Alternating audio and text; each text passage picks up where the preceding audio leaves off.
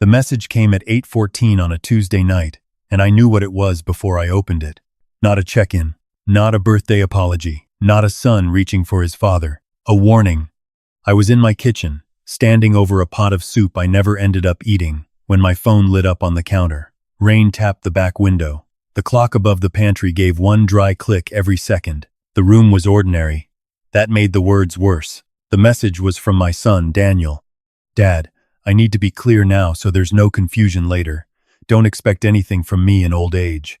I have my own life, my own family, and my own responsibilities. You need to make your own plans and stop assuming I'll be there to step in. I read it once, then again, then a third time slower because I thought maybe speed had made it sound colder than it was. It had not. There are sentences that sting. There are sentences that disappoint. And there are sentences that rearrange the room around you. That was one of them. I set the phone down carefully, the way a man sets down something sharp. No greeting. No call. No, how are you holding up? No, I know this is hard to say. Just a clean refusal. My 65th birthday had been 6 days earlier. He had not called then either. I told myself he was busy. My name is Walter Hayes. I am 65 years old. I worked 40 years in warehouse operations and regional logistics. I buried my wife, Ellen, 3 winters ago. I live alone in the same house, where I raised my son, where I taught him to tie a tie, where I waited up when he was late, where I signed school papers at this same kitchen table. And on that Tuesday night, in that same kitchen, I learned that somewhere along the road from boy to man, my son had stopped seeing me as a father and started seeing me as a future burden. I did not call him back. That matters. Because the old version of me would have called in under a minute. He would have reached for clarification. He would have tried to soften the wording for Daniel, tried to find stress behind the cruelty, pressure behind the disrespect, exhaustion behind the selfishness. I did not. I stood there and let the sentence do its work. Don't expect anything from me in old age. The more I sat with it, the clearer it became that the message was not emotional. It was administrative. It sounded like the kind of note a company sends before changing its policy. That was what chilled me. My son had not lashed out. He had planned. A cruel outburst leaves room for regret. A calm declaration usually means the speaker has already rehearsed it somewhere else, likely at his own kitchen table, with his wife, with bills, with my future reduced to a topic. I turned off the stove, carried the soup to the sink, and sat down with the phone in front of me. At first, the hurt came as heat, in my neck, behind my ears, in the center of my chest. Then it cooled. That cooling frightened me more than the text, because it meant grief had run into something harder. Recognition. I thought of all the times I had stepped in over the last 10 years. Mortgage shortfall, car repair, summer camp for my granddaughter Lily, a bridge payment when Daniel changed jobs, a few months of after-school care, a tuition balance when Lily's private school threatened a late fee, a refrigerator that suddenly died, a month when cash flow was tight, a month after that when it was tight again. Always temporary.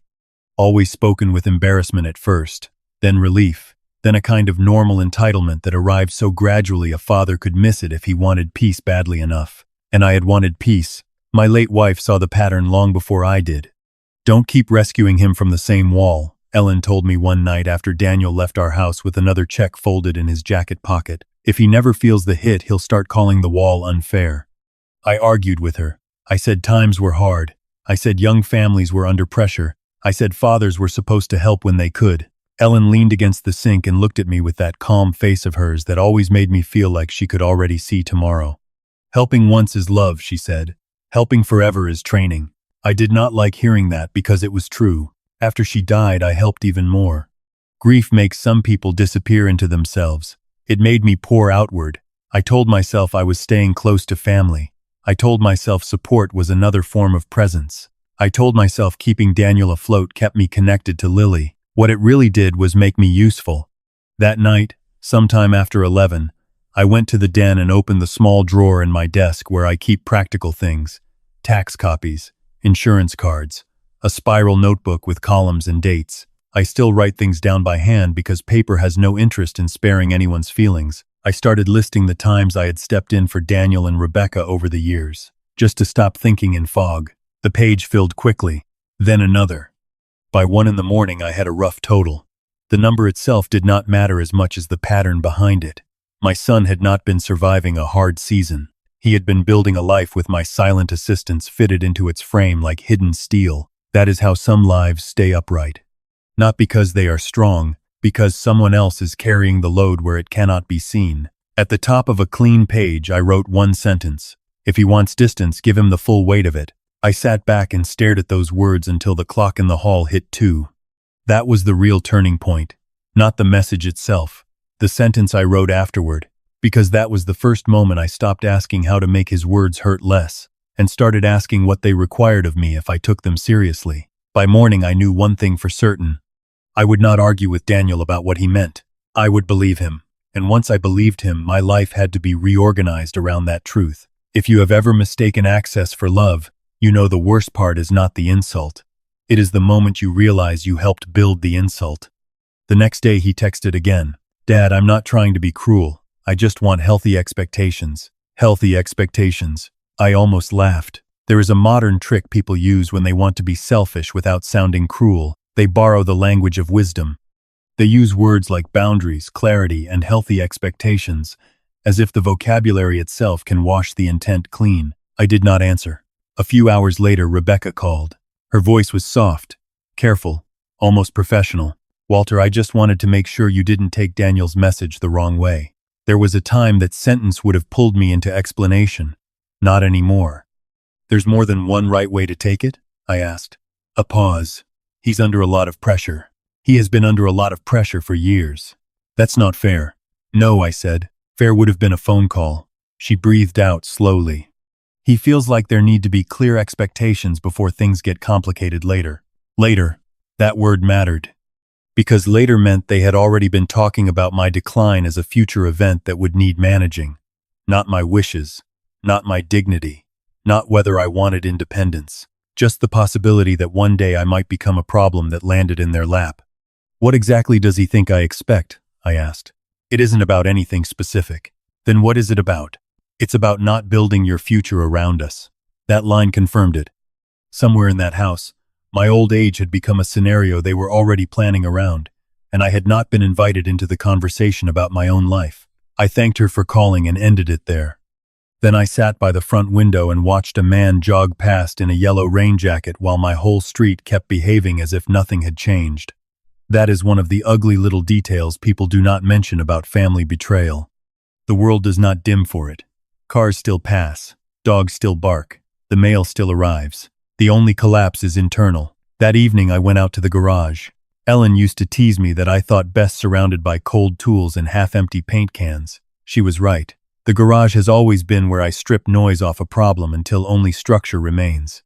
Against the back wall stood a metal cabinet full of old refinance comparisons, budget notes, school billing copies, and printouts of transfers. I spread them across the workbench. The pattern was ugly in daylight. Each temporary save had solved a month but worsened a habit. Each rescue had moved the panic date without changing the life that caused it. And now, before I had asked him for a single ride, dollar, or favor connected to old age, my son had issued a preemptive rejection. That told me more than any apology ever could. He did not fear becoming responsible for me because I was dependent. He feared it because he already knew how much of his own life was still leaning on my unseen support. If he ever had to face me as a real father instead of a background resource, the math of his life might stop working. That was the first suspicious truth I could name cleanly. Daniel was not just refusing future responsibility. He was trying to clear emotional distance before the practical dependence underneath his own life became visible. Once I saw that, something in me went still. And a still man can make very firm decisions. I did not make a speech. That is important. Men like my son expect speeches, because speeches are emotional, and emotions can be negotiated, delayed, or redirected. You can cry through a speech.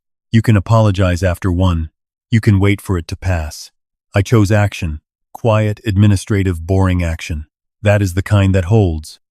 The first thing I did was end every optional support I was still providing. Lily's lunch account, the after-school coverage, the streaming bundle, the small monthly transfer. No call. No explanation. Just absence.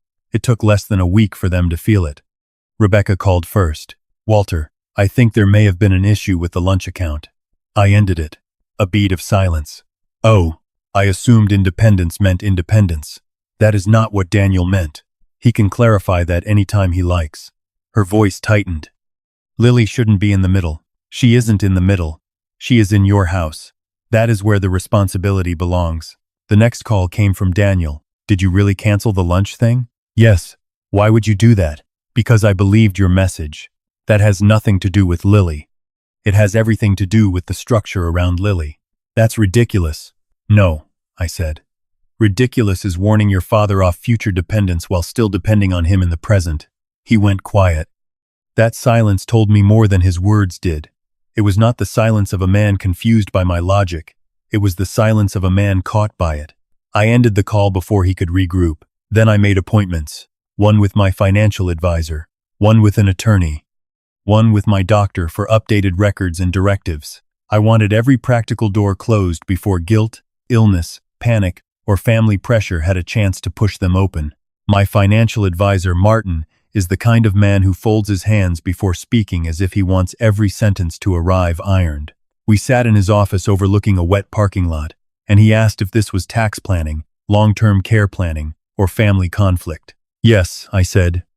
That got a brief smile from him. I explained the broad outline. My son had made his position on my old age very clear. I wanted every detail of my future handled without the assumption of his involvement, consent, or access. Martin took notes and then asked the question that mattered most. Do you want this arranged simply or defensively? Defensively. He nodded once, opened a different folder, and the tone of the meeting changed. For 2 hours we went through every practical area of my life. Home title, accounts, health directives, emergency authority, durable power of attorney, access permissions, beneficiaries, care decisions, incapacity instructions, and my house. That last one mattered more than the others. I have seen families become vultures around a living parent long before any funeral. A home gets discussed as an asset before the person inside it is done living there. I would not allow that. So I made it plain in writing. If I ever needed assisted care, licensed professionals would follow my stated preferences, not Daniel. If I became temporarily unable to manage my home, no family member could move in, lease it, sell it, or hold it for me. No one would be added to title or granted account access. If help was ever needed, it would be hired. That is the difference between love and control. Real help asks what preserves your dignity. Control asks what simplifies your existence for others. The attorney, Andrea Cole, was even more direct. Are you trying to punish him, she asked, or protect yourself from his version of practicality? Protect myself, I said. If that feels like punishment to him, so be it. Good, she replied. Because if you confuse the two, your paperwork will wobble. We built everything carefully. Independent fiduciary, independent medical advocate, letters of intent, specific instructions that my home was not to be sold or transferred simply because family found it efficient, guidance on who could receive information and who could not. I excluded Daniel from all decision authority, not from affection, from control. Those are not the same thing, though many families behave as if they are. By the end of that week, the whole structure was nearly complete. The life I had spent years quietly supporting would no longer have my future built into it as an eventual resource. And still, I had not yelled. That bothered Daniel more than anger would have. Anger proves attachment. Calm proves decision. The following Saturday, Daniel and Rebecca came over with Lily and a bakery box. I knew what it was the second I opened the door. Not a visit, a temperature check. Lily ran in first and hugged me around the waist. I held her a little longer than usual. She smelled like rain and shampoo and crayons. Children remain honest even when the adults around them start shaping everything into strategy. Rebecca carried the pastry box into the kitchen and smiled too brightly. We thought we'd stop by.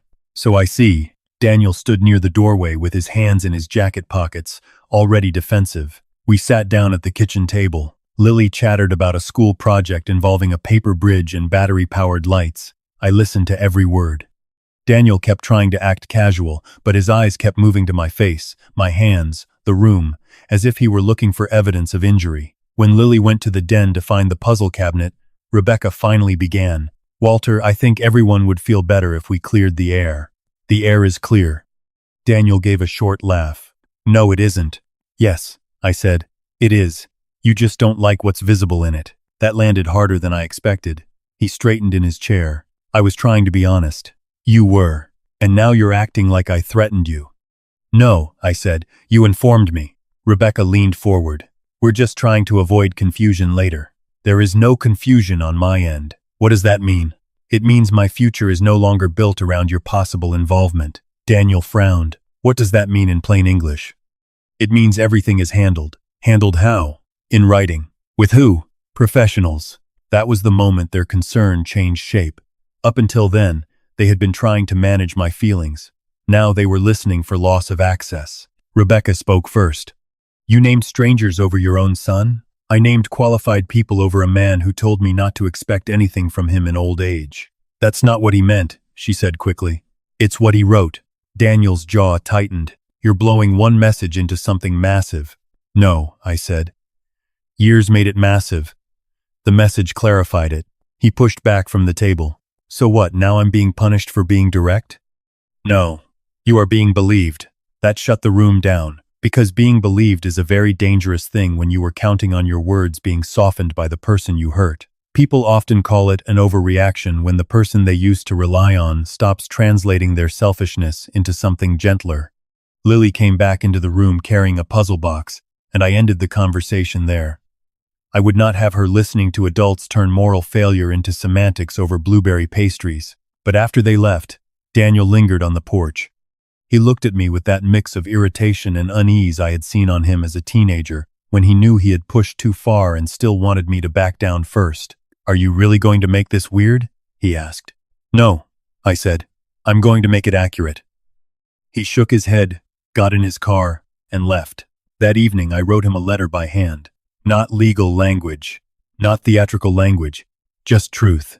I wrote that I had received his message and accepted it as a statement of his intentions. I wrote that because of that, I had made all necessary arrangements so that my care, property, and decisions would never become his burden, choice, or responsibility.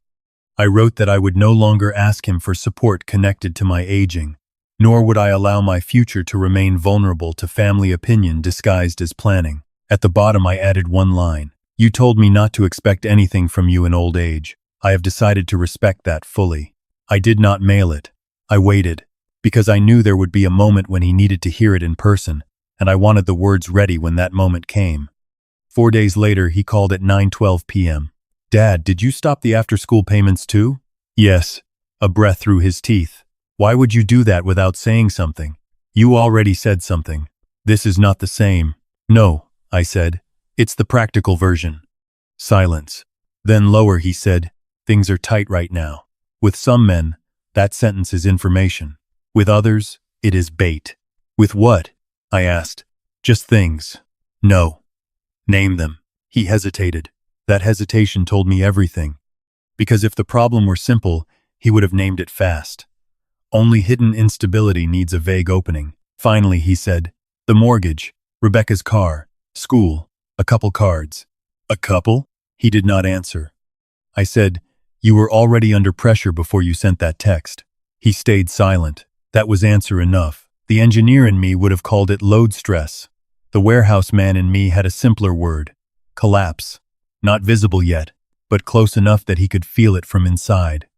And somehow, instead of coming to me honestly as a son who needed to talk, he had sent a message cutting me off in advance. That changed the whole shape of it, because now I could see what the message had really been. Not just rejection, preemptive positioning.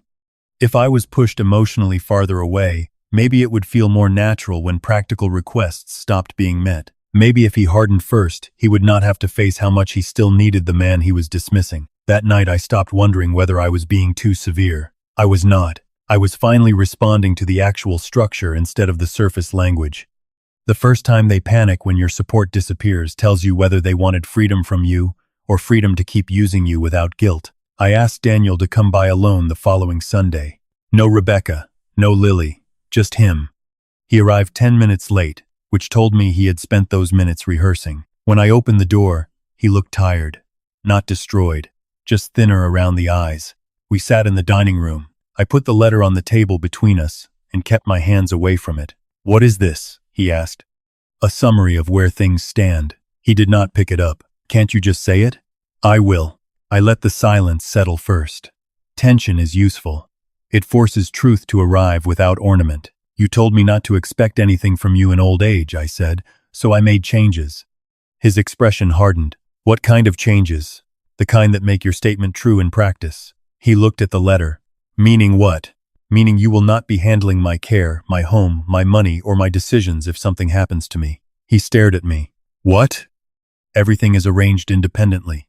Because of one text? Because the text showed me what years of help had built. He laughed once, bitterly. You're unbelievable. No, I said. I was unbelievable before. This is just accurate. That hit him hard enough that he finally picked up the letter and read it. I watched his face move through disbelief, annoyance, then something more dangerous.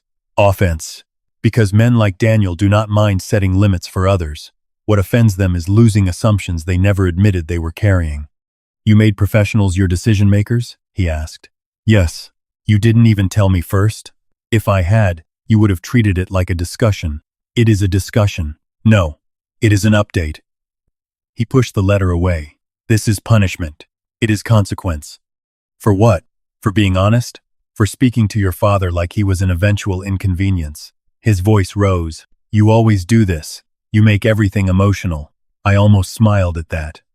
The son who sent a cold strategic text and then called when money got tight was accusing me of emotion because I had finally used structure instead of longing. I am less emotional now than I have been in years, I said.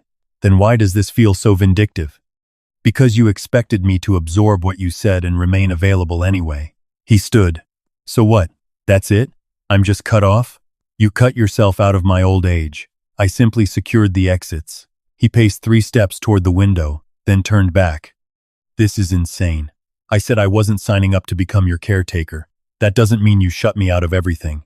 I looked at him for a long moment. What exactly did you think would happen, Daniel? He blinked.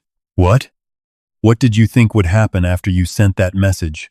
That I would thank you for the clarity. That I would quietly keep subsidizing parts of your life while also leaving the door open for you to manage mine later? That I would remain emotionally available, financially useful, and practically exposed? He had no answer, because he had never carried his own thought to its end. That is common in entitled people. They know what they want to avoid. They never finish the moral math of what that avoidance requires from others. He sat again, this time slower. You're acting like I said I didn't love you. No, I replied. I'm acting like you told me not to expect anything from you and I believed you. He rubbed both hands over his face. Things are harder than you know. Then you should have started there. A long silence followed. Then he said without looking at me, the bonus I was expecting isn't happening. I said nothing. The school costs went up. Still nothing. Rebecca's car repair turned into an engine issue. I let him continue. And the house is tighter than we planned. Tighter, I said. Or at risk? He swallowed. At risk. There it was. The first clean truth. He watched my face, waiting for alarm, maybe compassion, maybe panic, maybe the old fatherly shift into problem solving. I gave him none of it. You were already in trouble when you sent the message. He did not answer. You sent that text while your own life was wobbling. Still silence. You wanted to establish distance before you had to admit how much support you were still living on. He looked up sharply. That's not fair. It is exact. He stood again. You think you know everything? No, I said. I know enough. Enough to see that before you asked for honesty, you tried to secure advantage. That made him flush red. I didn't ask you here to be insulted. No, I said. You came because things got tight. That landed like a slap. Then he said it. I need help. Simple words. Late words. Real words. With what amount? I asked. He hated the question. You need a number?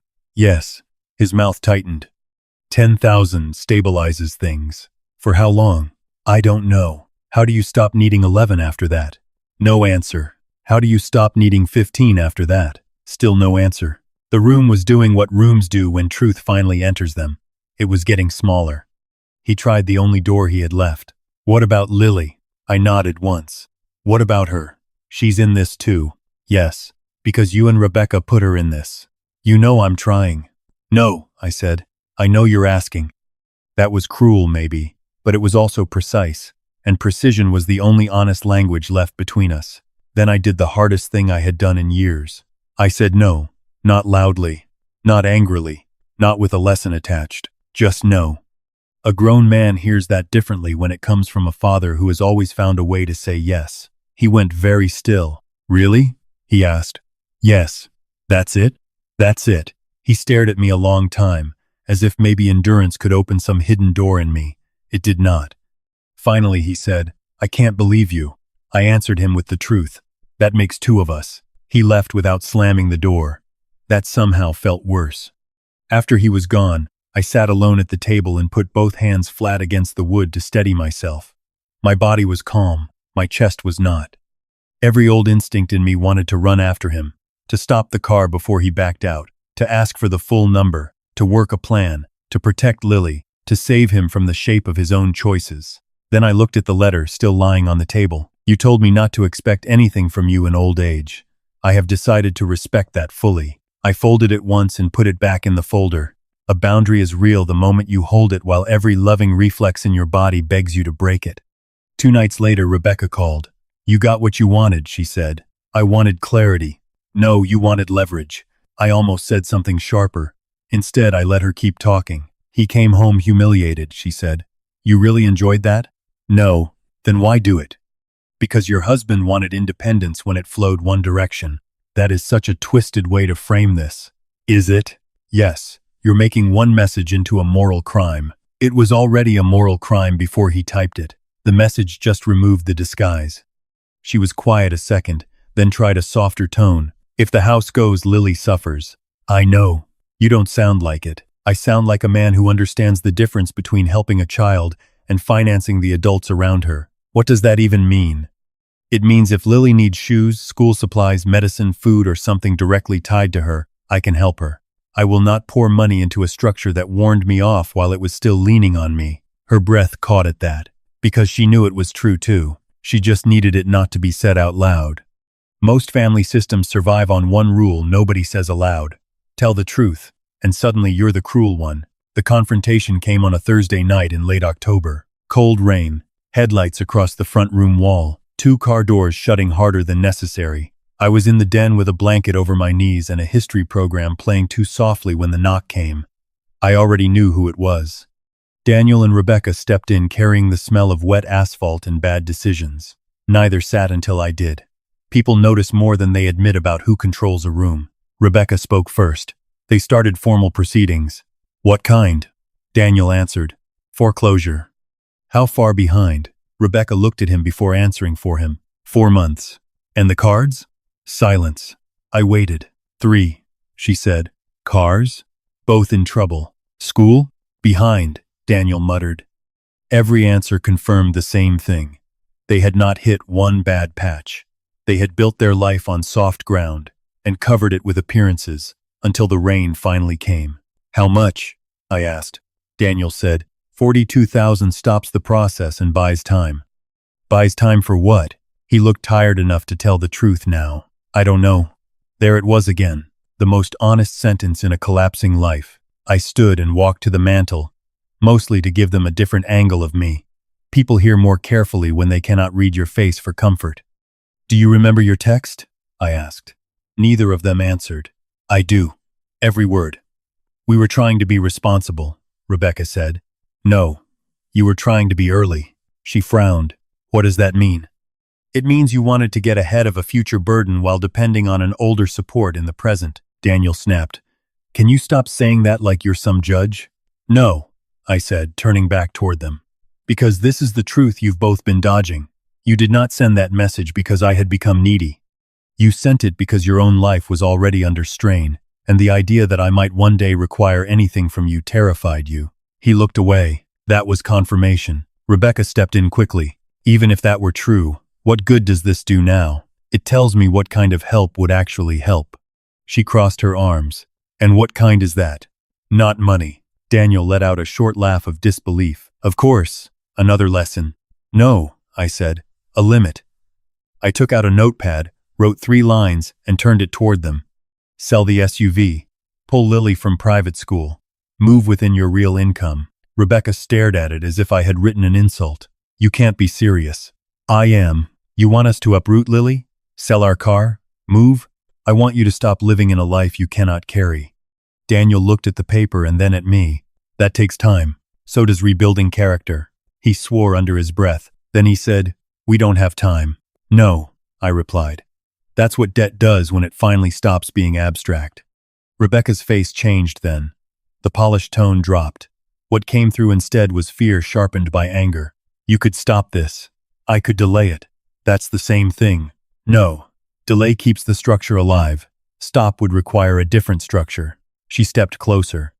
"So what, you want us punished? You want to watch us lose everything?" I held her gaze. "No. I want you to stop assuming my money exists to save you from the life you built while discussing me like an inconvenience." Daniel looked wrecked now. Not theatrical, just stripped. "Please," he said. There it was again. A son's plea. Late. Raw. Dangerous to a father's resolve. I walked to the window and looked out at the shine of water on the street under the porch light. Then I said the line that had been coming for weeks. "You told me don't expect anything from me in old age." I made sure I learned that sentence. Now you need to learn yours. No one spoke. Rebecca finally asked, very low, "So that's it?" I turned back. "That's it." She shook her head. "I hope this feels worth it." "It doesn't feel good," I said. "It feels necessary." Daniel stood there another second, maybe hoping for a crack, a softening, some last-minute fatherly rescue. Instead, I opened the front door. The room changed right there because the decision did not. Rebecca went first. Daniel followed. Halfway down the walk, he turned once, rain hitting his face, but he did not speak. Then they got in the car and drove away. I closed the door, locked it, stood with my hand on the deadbolt. That metal click was not triumph. It was title payoff. He had told me not to expect anything from him in old age, so I made sure he meant it. Revenge is loud and hungry. Dignity is quieter. It just stops opening the same door to the same harm. The weeks after that were colder but cleaner. Rebecca stopped calling. Daniel sent 2 short messages, both practical, both answered briefly. One asked if Lily could still come Saturdays. Yes. One asked if I would co-sign a rental if things got worse. No. That second no was easier than the first. That is how boundaries work when they are real. I kept my heart open to Lily and my hands out of the machinery around the adults. That distinction saved me. When Lily came over, she baked cookies badly, drew birds on printer paper, and once asked me, "Are Mom and Dad mad at you?" I told her, adults can love each other and still be angry about the truth. She nodded like that made complete sense. Children accept complexity faster than grown people who benefit from denial. In December, Daniel called from a parking lot. "We sold the SUV," he said. "That was wise." A pause. "Private school, too." I closed my eyes for a second. "How is Lily taking it?" "She hates it. She'll survive." "Yeah," he said. "I think she will." He sounded tired. But something else was there, too. Less performance. Less entitlement. Pain strips a lot of nonsense from a man if he lets it. The turning point is not when they suffer. It is when they stop performing suffering as a way to reach your wallet. By February, they had lost the house. I did not hear it through gossip. I heard it from Lily while she sat at my kitchen table coloring a horse with blue legs. "We live in an apartment now," she said. "Do you like it?" She shrugged without looking up. "It's where we are. No bitterness. No drama. Just fact. Children adapt faster than adults who think comfort is identity." That same week, Daniel called. "We moved." "I know. Lily told you." "Yes." He did not sound angry, just resigned. Then he surprised me. "I got a job at Northline Distribution." That made me sit up straighter. "Warehouse?" "Yeah." "Doing what?" "Receiving and shift coordination. Nights for now." I let a beat pass. "How is it?" He laughed once, tired and honest. "My feet hurt. My back hurts. My pride hurts." "Yes," I said. "That sounds like a real job." He took that without offense. That mattered. We spoke for almost 20 minutes that evening, the longest conversation since the text. No asking for money. No blaming Rebecca. No talk about unfairness. Just facts. Hours. Rent. Lily's new school. The bus schedule. How strange it felt to carry boxes for other people after spending years selling a polished life. Near the end, he said, "I was already in trouble before I sent that message." "I know." "No," he said quietly. "I mean bad. Worse than I let you see." I waited. "I think I sent it because, if I'm honest, I couldn't stand the idea that I might still need you, while also, maybe having to take care of you later." There it was, the clean confession. Not perfect, not eloquent. Real. So you pushed me away first, I said. Yes.